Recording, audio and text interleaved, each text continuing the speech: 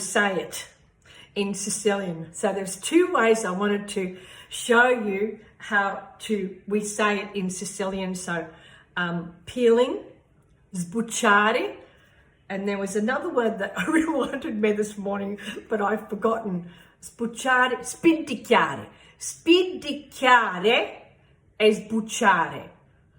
Two separate words, and yet they mean the same word in Sicilian. Absolutely amazing. Sbidichiare e sbuchare. Sbuchare, sbidichiare. That's how we say it in Sicilian when we peel. So we peeled the garlic.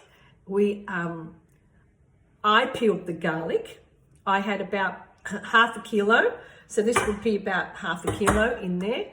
And then I placed it in the pot, in the sauce.